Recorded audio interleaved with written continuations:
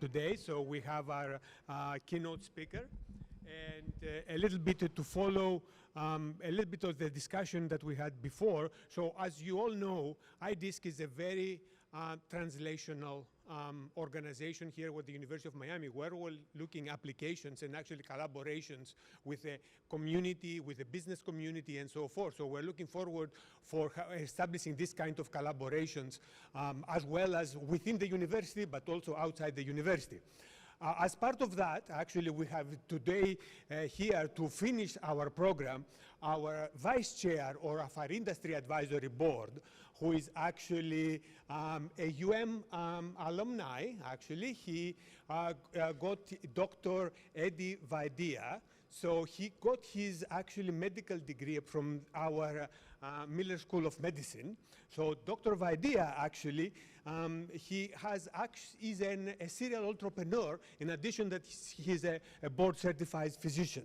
So he has actually started a number of different companies. His latest company, actually, that he successfully exited in 21, right? So okay, just I just want to make sure that and he's now engaged in a number of different actually new opportunities and startups here in the University of here at the Miami area, I should say. And as alumni and actually as a member of our board, please welcome our next keynote speaker, Dr. Vadia. Yeah. Thanks, Nick. It's an honor to be here. See a lot of familiar faces in the crowd. One sec. Okay. Hope to talk to you today about building AI products. And I think that one of the things while sort of we get through the introduction is sort of just want to let that, if not you, then who, and if not now, then when, sort of like burn into you, because I think there's an opportunity for all of us to do something really special over the next, 5 to 10 years.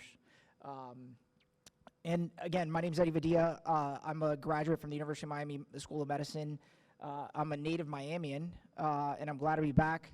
I did get a chance to build a company in Texas, and other than the 10 years of pain and suffering, it was like super easy. And and so I think one of the things I wanted to just say is that the most important thing to know about me is that I'm getting back in the saddle, and I hope to be practicing what I'm preaching. I think briefly, does this have a pointer? Okay. No. Well, you tried? Okay, gotcha. So one of the things I wanted to do today was convey what the opportunity in AI is today, right? And not just show what the opportunity is. I think there's an opportunity to learn about where there isn't an opportunity, right? Then I want to understand why generative AI is finally available to you and to me today, how it wasn't a year ago, but it is today, right? And how to take advantage of that moment. Understand, I think, get an insight and perspective into what's getting funded today, right? And hopefully I was asked to be inspirational. I don't know if I can do that, but I can be peppy, so I'll be peppy. Does that work? Yeah, all right.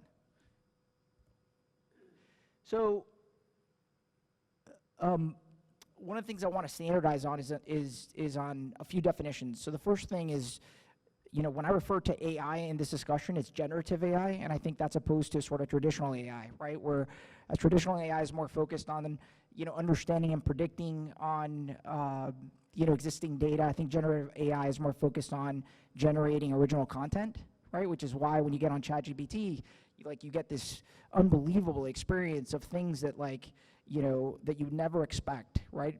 It generates great content, right? I think the other thing is that when I refer to a model, I'm referring to a large language model. And, again, I know there aren't a lot of technical people. Well, sorry, there's some people here that aren't technical, some that are very technical. I classify myself as the former, but a large, like ChatGPT, and I'll keep referring to that, is a large language model. It's a multimodal model, but it is a large language model. So when I refer to model, it'll be an LLM, okay? All right. Okay, so Take a deep breath. This is the only part of the talk you have to actually think, okay? This is going to be brutal, all right? Get ready, all right? So only a few things to take away from this slide. Number one is vocabulary, okay? I think the AI space is done a terrible job with nomenclature, and it confuses everyone. So I hope to help there. I hope to sort of convey what a true foundational model is, right? And I also hope to convey that this is not where we need to be. This is not where anyone here, it's not where the university can compete, okay? All right. And as a matter of note, like, always distrust any slide that starts with a poop emoji, but I couldn't help myself, right? So let's do one pass through, okay? So, you know, the poop emoji represents the model, a large language model. I'll get into what that is, right? And what brings it to life is something called pre-training, okay? Pre-training. Why? I don't know. Some guy just named it pre-training. It's a terrible name. And you end up with a pre-trained model, okay? That's vocabulary number one, right? Term number one is that a large language model that isn't alive yet basically gets brought to life through pre-training, okay? And then there is a pre-trained model. And this is a very neuroplastic model, right? It's good at everything, not great at anything type of thing, right? So it's a child, right? And then it goes through a series of other sort of enhancements and optimizations. And after you get to a pre-trained model sort of designation, then you go through post-training. And any model after that is a post-trained model. Does that make sense?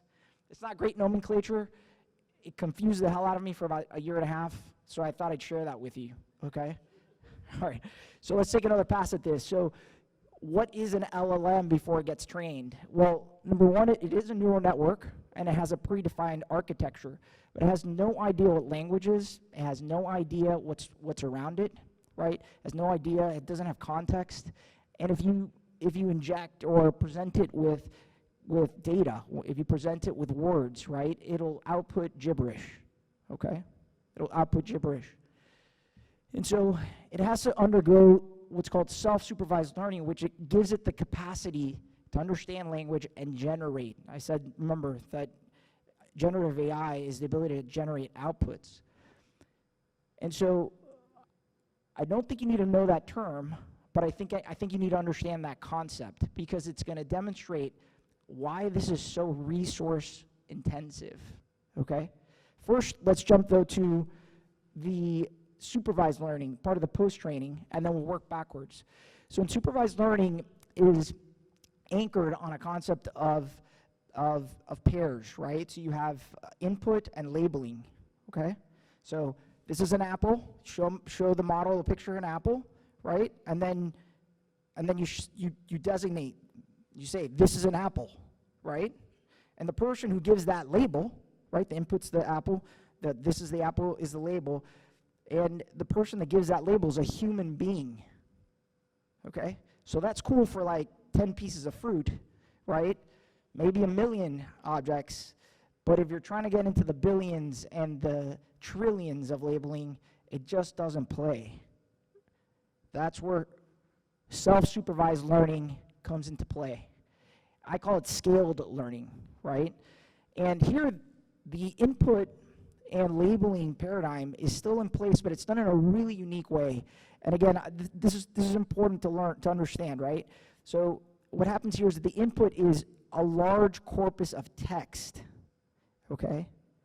And the labeling is done by a training algorithm that does really like cool things like masking and next word prediction. And so it plays a game, okay? So I'm gonna give you an example. There is a sentence that says, the dog runs in the park, right? And then the game will say, okay, they're gonna mask run. So it'll be the dog blank in the park, right? And so the training algorithm will mask that, and it's the model's job to pick the right word, okay? Now I'm getting to the point here. Now just think about the amount of possibilities that there can be there, right? You have this large corpus of text that I was talking about. These guys who build these things, they send web crawlers, right? They get everything on the web, every website, every book, you know, every magazine. everything on social media. We're talking about trillions and trillions of tokens. Another word you should remember, okay?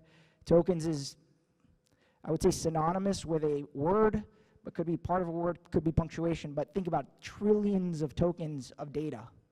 And then this training algorithm has to basically go through all of that and play that game. So the combination of possibilities is crazy. Okay, here's the point. Here's the point.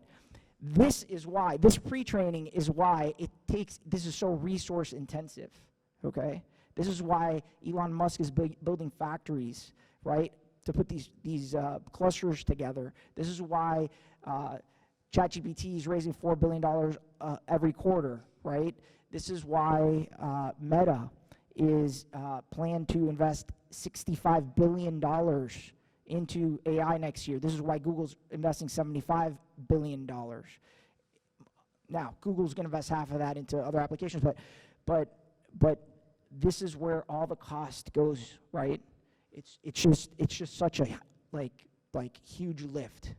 So I've sort of killed this like optimism for AI, right, and the opportunity, and I get it, right? So you've come down to these foundational models that are general purpose. They're very adaptive. They're very neuroplastic, but they're ready to be specialized, okay?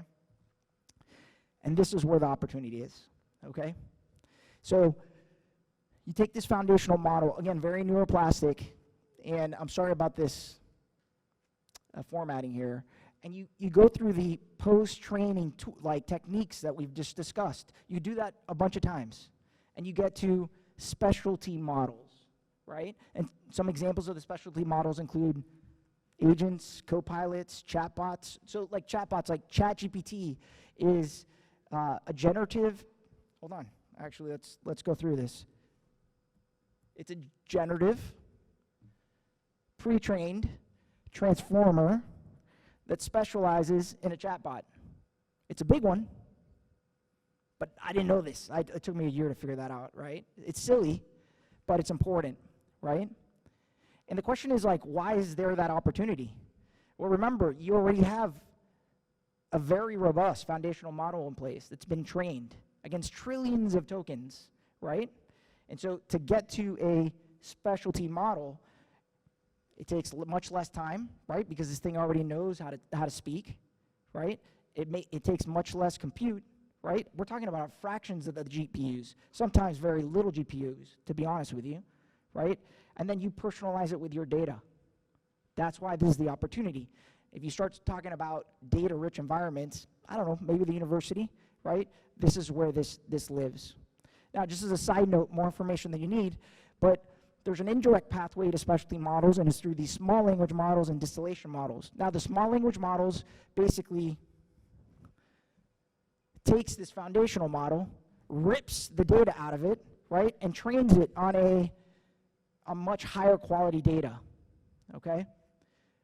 And then you can specialize. And then the distillation, and some of the people doing this are Microsoft with Phi, okay? Distillation models have now recently become famous through the DeepSeek models, okay? These are much smaller models that have great outputs, great performance, but live on the edge, can live on the edge, okay? Anyways, this is where I believe that the opportunity lies for everyone. Okay, all right. Whew. Got through that, all right? And that was brutal. So how do you compete in specialization? Well, it's not code anymore. I got that from someone on X. See the citation. That didn't work, Hutch. That joke didn't work, but it's true, right? And so this is how you compete with specialty models. There's three things: domain expertise, proprietary data, and contextual training, okay? Few things I want to say about this, and then we can dive into that. So the first thing is that if you have one of these, you're not special. If you have two of these, you're special. And if you have three of these, you're really special, okay? You have a much higher chance of success.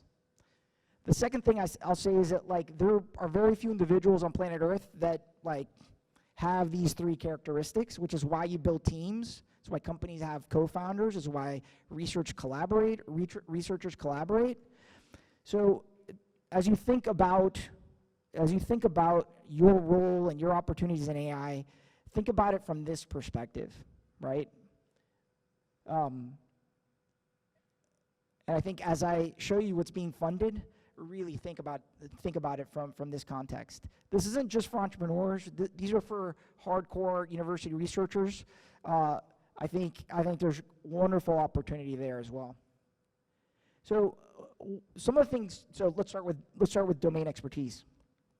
I get called and emailed all the time by young folks who are, say they want to jump into a startup or like want to become millionaires and that sort of thing. And I send them right back and I say, go be an expert, right? So I will tell you that with what's going on in AI, the pendulum is actually swinging back from code, right, to domain expertise. If you're a domain expert, you have a chance, okay? And I think, as you think about what a domain expert does, is that they actually know what a problem is, right? They know the nuance of how to solve problems, right? They understand what the data means, what it doesn't mean, what good data is and what bad data is, right? So if you can become a domain expert, I think that also really impacts the engineering, the quality of the engineering, the product, et cetera, right? So domain expertise is critical. The next thing is proprietary data. Let's spend a second here, because I think that the value of data in general, I think, is probably the inherent value. The monetary value is probably overstated. And you always hear people say, well, I've got the data. But like, how much data out there is actually like proprietary? Like for instance, I don't know, like medical claims data. Who has a lot of the data? Like Blue Cross Blue Shield, yeah, United, Medicare. They all sort of like, no one is uniquely like the proprietor of that information, right? Like, think about anything that you guys do, you scientists and we physicians do. What do we do, like, after we discover something? We publish it to the world. Like, just think about that for a second. There's very little data that's, like, totally, like, private and proprietary. So be careful sort of, like, sitting back on your laurels of, like, proprietary data. Great proprietary data, high-quality proprietary data is, like, stuff that really isn't that public. It's true. And I'm not saying to hide your data, but I am saying to hide your data, okay? High quality data that is important because, it needs to be reproducible. You need to be able to verify it. You need to be able to validate it. That's high quality data. And anything that's domain specific, curated, really is really important, right? So the third thing is contextual training. So, and that's a terrible term. I made it up last night because I couldn't come up with anything else, but I did make it up. But I'll tell you what it means, right? And it's about training in the environment in which you intend to live in, okay? So if you go back to the pre-training that we discussed, it's a very cold, very isolated, very non-human environment, right? You don't need a lot of contextual training, right? But if you're going to engage in anything that requires a process, where your model is going to engage a human, where the environment's going to be dynamic and changing, being able to train in the environment that you intend to live in is important. That's what I call contextual training. It makes intuitive sense, right? I'm a physician. I went to the hospital to train, right? If you want to be an accountant, you go to PricewaterhouseCoopers, right? Make sense? You want to learn how to build a building, you go to the related group, et cetera, et cetera, et cetera. So to the extent that you guys can own your environment and train within that environment, I think you have a competitive advantage. I'm not sure why the formatting's like that, right? So right now you might be thinking like, these big language models are just going to steamroll me, right? And like, I don't have access to these models. All right, well, now I've got two things to like eliminate those objections and those excuses, right? So the first thing is bigger finally is not necessarily better. So let's talk, first of all, about scaling laws, okay? So the majority of the advancements in AI over the past 4 years have been achieved through scaling, right? And in 2020, there was a paper published. It was called "The Scaling Laws in Neuro-Language Modeling," or something like that, right? What it did was that it tested and looked at the performance of large language models across 3 scaling variables. Number 1 is compute. Number 2 was tokens, right? So data sets. And number 3 was parameters. And basically what it showed was that like there was a proportional and direct correlation between those and performance, right? So as those 3 variables went up, as compute went up, as those huge giant clusters were put together, right? Performance went up. As your parameters went up, your performance went up, okay? As your tokens went up and you started getting to 15 trillion tokens, like your performance got very, very good. But in 2024, we started seeing an asymptote, okay? The performance was not as good. It wasn't generating the same type of returns. In fact, there were diminishing returns. So just to give you like a clear example, you may spend $1 million on a GPU on a cluster, right? But like your performance only went up a value of $1 type of thing, right? And so now the industry has moved towards creating efficient models, right? Which is super interesting and beyond the scope of this conversation. But my point is that you're not going to get steamrolled, right? Bigger isn't better anymore, okay? The second thing is, and this just happened in 2024, is that open source has closed the gap, the performance gap on closed models, period, right? So that wasn't true a year ago. It was way behind. I would say that open source is probably 3 to 4 months behind the leading closed models, okay? We won't ever, the only people who recognize that are people who are so deep into this, like that they can they can actually appreciate it. But like, I don't think anybody in this room can appreciate a 3-month advance, right? So who are these open source? Just a few small companies like Meta. Are you guys aware of its open source model called Llama? Love it, amazing. DeepSeek, which just impacted the stock market by $1 trillion. Now, a lot of people say it's, the CCP's behind it, so be careful, right? A little company called Alibaba, ever heard of it, right? Gemma's done by Google, and there's a few others down there that aren't showing up, right? And the way you access it is just by looking on their, go to Hugging Face, right? You can look at their licensing agreements, and there's 2 things you have to consider. If you tend to use it, then you have to give attribution. Attribution just means that when you develop your product, you have to say powered by Llama, okay? Something like that. If you tend to commercialize it, things change a little bit, right? Because it goes into derivative works, right?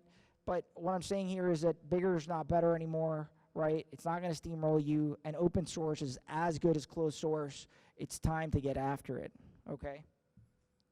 Does everyone know what open source means? Okay. All right. Whew. That was the boring part. Let's go to the fun part, okay? And let's look at what's getting invested, and I probably have 10 minutes. So Y Combinator is the world's probably most famous incubator. Maybe it's probably the right word. It's put out some of the biggest companies you've heard of: Airbnb, Dropbox. I'm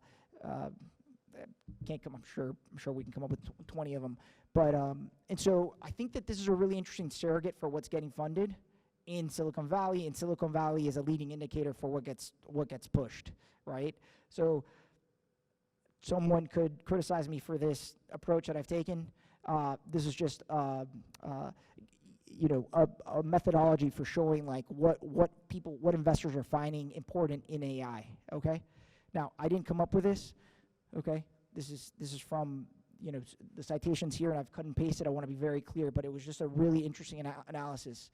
So let's see. So this analysis reviews 400 companies from YC that came from the last 3 classes, right? And 82% of them were related to AI. 82%. That's probably beyond 90% now. So if you're not working closely with generative AI now, I think you should start thinking about it, like in any aspect of what you're doing, whether it's entrepreneurial or just investigation in academia. The second slide, not as important, but interesting, right? So B2B is business to business, B2C is business to consumer. There's a real focus on business to business, not just because that's where the money is, but I think that's where the sophisticated buyer is, right? And I think that enterprises and companies know where their problems are, and so they try to solve them.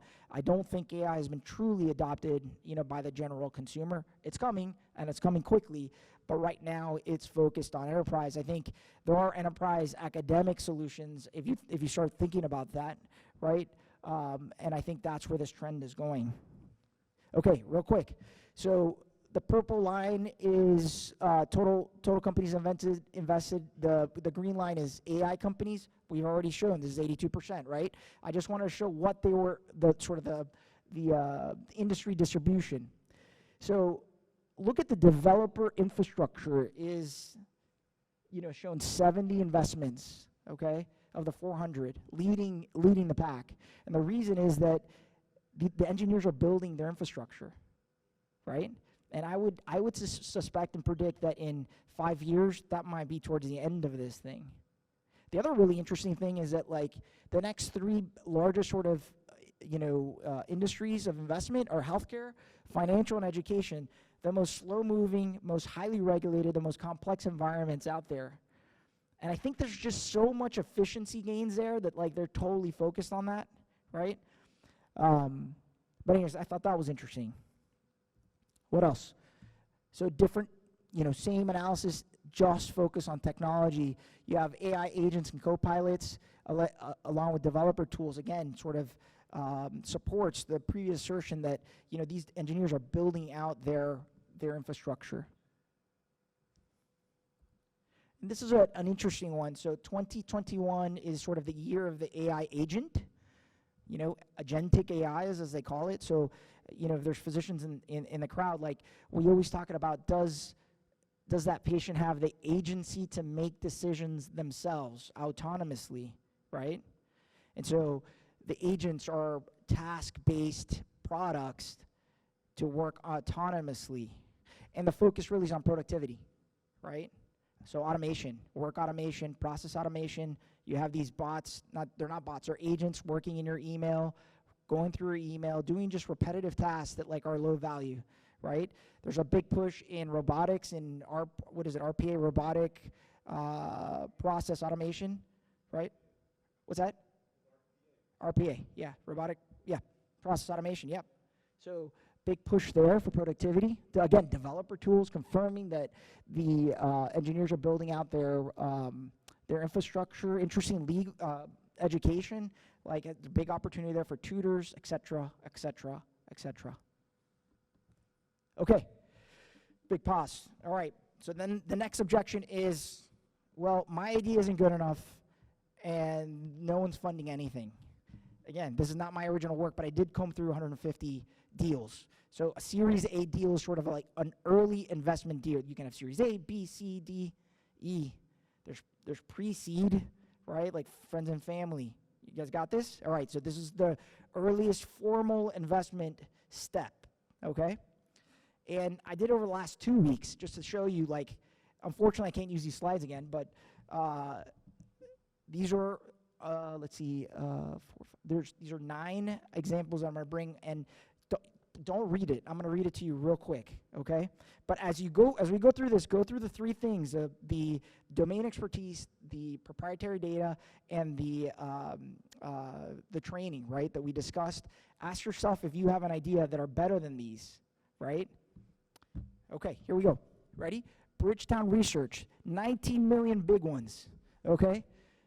Bridgetown Research is a provider of AI-powered research services designed to assist with investment and strategic decision-making. Wealth management? I don't know. Kafler, 14 million big ones just the other day, last week, okay? Is an operator of digital automotive ecosystem intended to blah, blah, blah. Cars are cool, right? High impact, I don't know. Patlytics raised 14 million out of 75 million valuation. It's a developer of an AI engine intended to augment intellectual property workflows. What a geek. I mean, who came up with that, right? Like, you get what I'm saying? Like, start asking yourself whether your research and your ideas are better than this. They might be. WorkHelix, $15 million on a $75 million valuation. It's a developer of generative artificial intelligence platform designed to create an interactive dynamic roadmap. Who the hell knows? What is that? I have no idea what that is. Anybody know what that is? Right? Okay. Here's a good one. This is a good one. Okay. Open Evidence raised $75 million on a $1 billion valuation. What is it? It's an is a developer of an AI-powered information platform intended to organize medical knowledge. So basically, it's ChatGPT for doctors. It's good. I'm not gonna lie. It's freaking good. Okay. It's freaking good.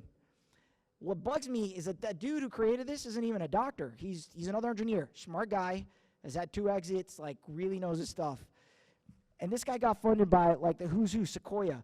I mean, like, this guy's legit, but he's not a doctor, right? We've got a lot of things here that are high impact that can be funded. Diligent IQ is a developer of generative AI-driven platform designed to streamline private equity. Private equity people don't need help. Who's coming up with that? But they're funding them with $12 million. Spine is a developer, got $16 million. The developer of AI platform designed to enhance the efficiency, quality, and accessibility of visual content. That's pretty cool. Clustro AI, AI-powered platform designed for edge computing and graphics processing. That's pretty cool too, right? What about Jump? Is a developer of an artificial intelligence-based note-taking tool designed for finance. Give me a freaking break. Note-taking tool. 24 million on a $93 million valuation. That is nuts, right? I mean, they may be great products. Who knows? But it doesn't sound great. Okay. Next question is like, is there product market fit? There is for certain products. Developer products right now are enormous, right? And are they moving quickly? I've shown Hutch this slide. This is incredible, guys. Can I take this off?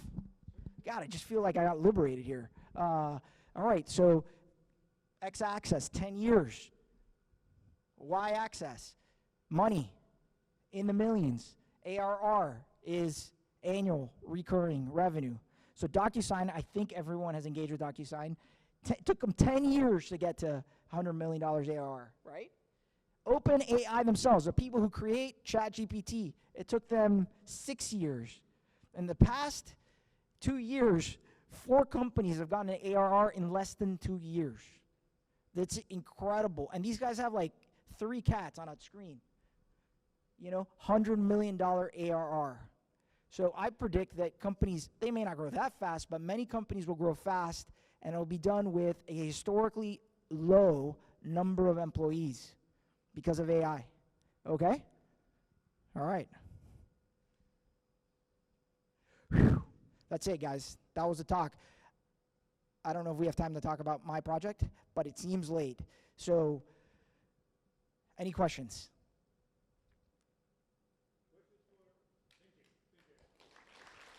Yep. Yeah, that's a great question, and I think that the answer is actually quite simple. They're comparing it to the existing solution.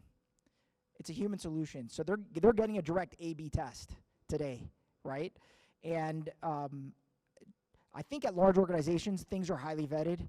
They're probably put through a pilot period, and then there is data that's generated to assess performance.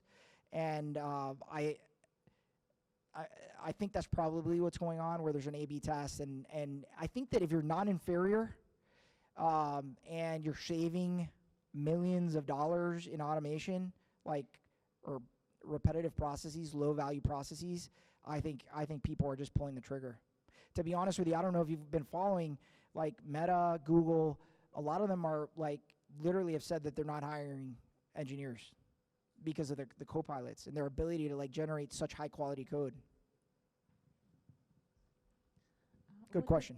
What about hallucinations? Like these LLMs, they see hallucinations at least 20%. Like it's getting better, but it still makes up fake news, not facts, but fake literature or sources. So Yeah.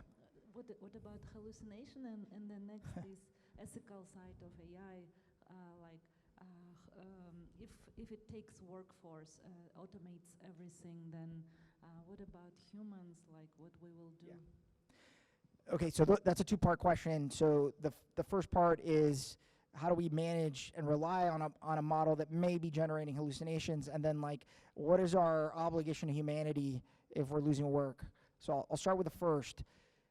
Some people would say hallucinations are a feature, to be honest with you. It depends on where the space is. And I think that you're going to have AI adoption at different paces in different industries. So in healthcare, where patients' lives are on the line, slower adoption, right? In healthcare, like anything that deals with either, hospitals' money or patient outcomes, going to be adopted last, right? But if you're dealing with like non-life-threatening things, if you're not dealing with like systems of records and finance that are going to like crash the economy, right? If you're not dealing with systems that are in the field, like, in the military, right? Like, if you get something wrong on email, like, no one's going to die, sort of thing. And if it hallucinates a little bit, people are going to tolerate it because the benefits outweigh that problem. Now, I will say, like, the performance is drastically improving. I don't know if you're following this data, but hallucinations have been reduced over the past few years by over 50%, right? And I think that, like, slowly but surely, they're going to be engineered out. Now, the specialty models, you could really manage hallucinations. It's a much smaller network with much more manageable data, right? So the smaller the model, the more narrow and specific it is, the much less it hallucinates. Now, you bring up a very, very interesting point about, like, what is our obligation to humanity? And I think that I have real concerns about replacing people's jobs, right? A job gives a person meaning, dignity, etc. But it's like every other revolution, right? The Industrial Revolution, it created a ton of new jobs that no one could have ever imagined. And I think that's going to happen again. The problem is that AI is coming so quickly that's what scares me. It's that period of time. I think eventually we'll get there. When we get to steady state, I think we're going to see a different type of world with jobs we have not seen ever, right? Elements that we've never knew existed, etc. But it's the time between now and steady state that concerns me because it's just happening so darn quickly. Eddie. Thank you, Eddie. For those of you who don't know me, I'm Eddie Alfonso. I'm the director of the Bascom Palmer Eye Institute, so very interested in this subject. So two-part question. So we both work in an area where we're still in the age of the Flintstones in terms of healthcare, right? So we're still trying to get past that. Maybe we'll get to the Jetsons at some point in the future. So the 800-pound gorilla that holds us up is CMS, right? Because we got to get paid for what we do, and if even though we got great ideas, we can't get paid, we don't do it. So how are we going to overcome that great barrier, which is how we pay for anything we're going to do in that space of healthcare? A lot of activity going on because there's a lot of opportunities, because imagine we can move from the Flintstones to the Jetsons and maybe to Star Wars. That would be great. So how do you see that happening? Yeah, it's a great question. I'm going to give you an answer that I love my residents to give me, is to say, like, I don't know. Okay, it's my favorite answer.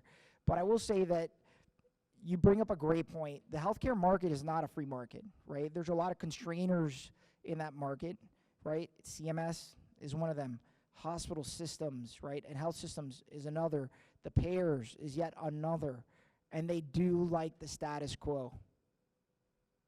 Disruption to revenue is a real problem. I actually literally sort of alluded to that, right? That AI adoption in healthcare, anything that impacts financials and patient outcomes will be adopted last, is my prediction. So the answer is, I don't know. And if someone says, like, if someone says like, well, you're gonna pay for quality care, right? Like we've been hearing about that forever. That's not true either, right? And so the answer is I don't know. I don't think that they're going to change. I think they're going to be a lagging indicator of adoption is when Medicare adopts AI. That's when you know like everything else is, everyone else in every other industry has adopted it. So I don't know.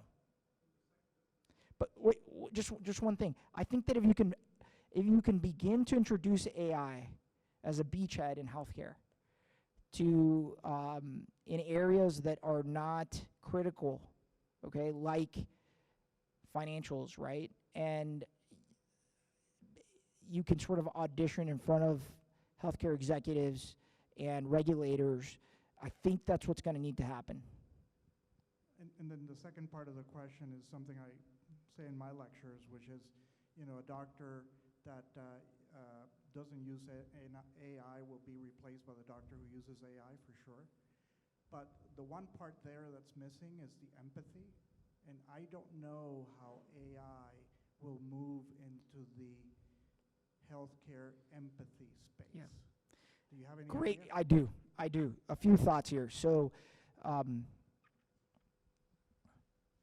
of the ways that you get the constrainers of care to adopt AI is by allowing them to help you care for patients, right? So essentially like a co-pilot, right? So if you can adopt it and leverage it to improve care, then you can show people that it actually is safe and is generating the outcomes you want and totally aligned with the way you want to manage the patient, right? And so that's the way you introduce it to care. As it relates to empathy, I don't know if you've seen the voice AIs that are out there and the emotional quotient that they are showing. It is stunning. Like, I'm blown away. So let me just say this. A lot of doctors have a lot of personality disorders or weird people, like totally weird people, okay? They're not as friendly and as outgoing. They don't always make eye contact, okay? And with the EMR, like, you know, the physician's eyes are pulled away from the patient 100%, right? So there's already a problem there, okay? But the emotional quotient of some of the voice AIs that are there is stunning and outperforms a lot of doctors.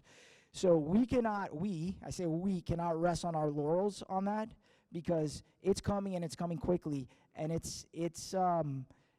I mean, it is quite competitive with the average doctor. Let me just say that.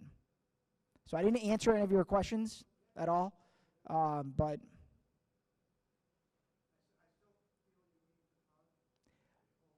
there's no, great point. So there's no doubt that, this is what I was going to tell you, was that I think what AI can do is, as long as you keep a human in the loop, that's actually a technical term, right? If you can keep a human in the loop, I think then like you're probably okay. Like you do need to be able to hug a patient and shake their hand, and like, you know, in my world, it was in critical care, like, you know, I'm hugging and shaking hands and holding hands all day long, whether it's the patient or the family members. And AI isn't going to do that until the robots show up. I'm sorry. With great high emotional quotients. That was a joke, but yeah. But yeah, I agree. I think we're far from that. I don't think the consumer or the patient is ready to have their hand held by a robot. I think they're going to want to have a heartbeat. And I think consumers are going to push that back. But that doesn't mean doesn't mean that they need to be mutually exclusive. I think AI can live with human and augment who they are. Like, what physician isn't burnt out? I don't know a single one of my colleagues who doesn't like literally want to quit tomorrow. They're so tired. I'm not joking. They're so tired. Like in critical care, there are new like requirements to have like critical care doctors in hospitals 24/7. That's fine, but like there aren't enough of us. People are exhausted. How does AI play there, right? Plus, I also want to say that like AI is coming in healthcare, and it's not going to be by people like us. It's going to be people in suits, and they're going to build the wrong products. We have to wake up. We have to wake up. Scientists need to wake up, right? Or they're going to take over the space. So I had a question. question about your entrepreneurial slide, need of domain expertise and Oh, yeah. proprietary data. How do you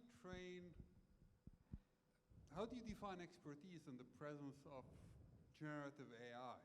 How do you train the next generation to actually be the experts? I find that to be tough and not easy to imagine.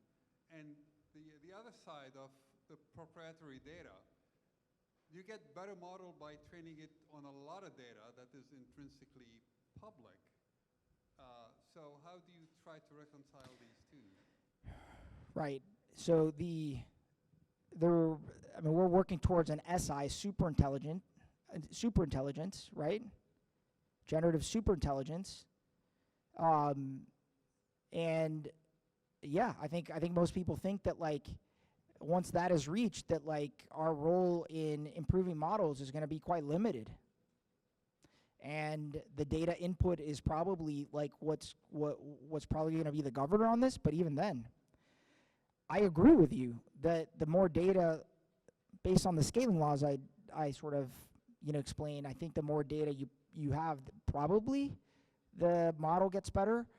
But from a competitive standpoint, right, if you're trying to win, I think, and you have really unique data, then sharing that data probably doesn't give you a competitive advantage. That goes against the thesis of academia, 100%.